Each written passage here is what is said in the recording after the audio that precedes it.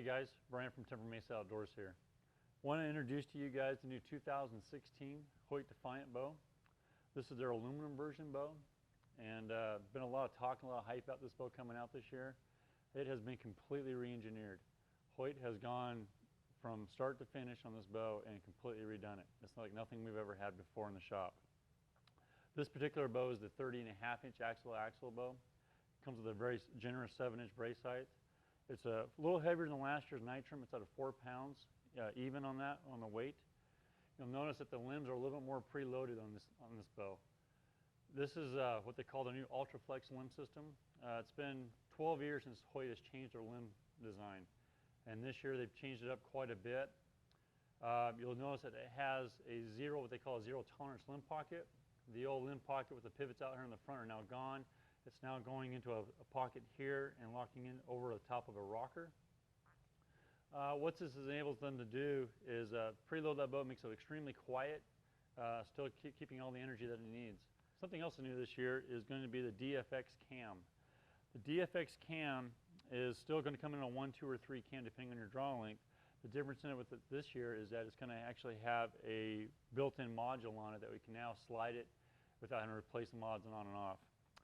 It has dual string stops on it.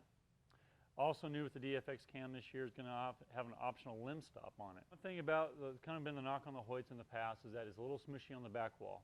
With the new design and the new cam and new limbs together, it puts more tension on your cables here, which actually gives it a firmer wall without having to use a limb stop. But for those of you that want to really have that rock solid back wall, limb stop is an optional thing for you. Probably the coolest thing about this bow is that at full draw, this bow actually is 2 inches longer axle-to-axle than conventional bows in the past from Hoyt. At full draw, this bow measures 27 inches axle-to-axle. Last year's Nitram only measured 25 inches axle-to-axle at full draw. That gives you a better string pinch here at full draw, which makes it a much more comfortable bow for the taller shooters. Also gives you some more forgiveness. So basically at full draw, you're shooting not a 30-inch axle-to-axle, but you're shooting a 32-inch axle-to-axle. And therefore on a 34-inch, you'd be shooting a 36-inch axle-to-axle bow in forgiveness. That's probably the biggest feature of this bow this year. When you pull this bow back, you can definitely feel how comfortable it is and how easy it is to hold on target. We're going to take this bow out into the range. We're going to do a little testing on it. We're going to put it through the test. We're going to see what the chrono speeds are on it at IBO, see how it shoots. Hey guys, right here on the range, we just ran it through the chrono, and the best we could get out of this bow was 322 IBO. Not quite as fast as they're claiming. Pretty fast, but not what we were expecting to get out of it. I want to kind of run through a couple shot cycles and just kind of see how the limb, how it reacts at full draw.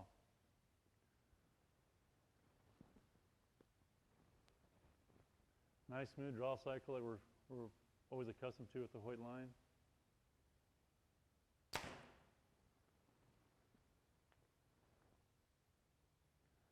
The wall is amazingly stiffer than it used to be on the older Hoyts. Really is a good firm back wall. All in all, this bow's a great bow. I'm anxious to see, we haven't got the 34s in yet, just have this one in.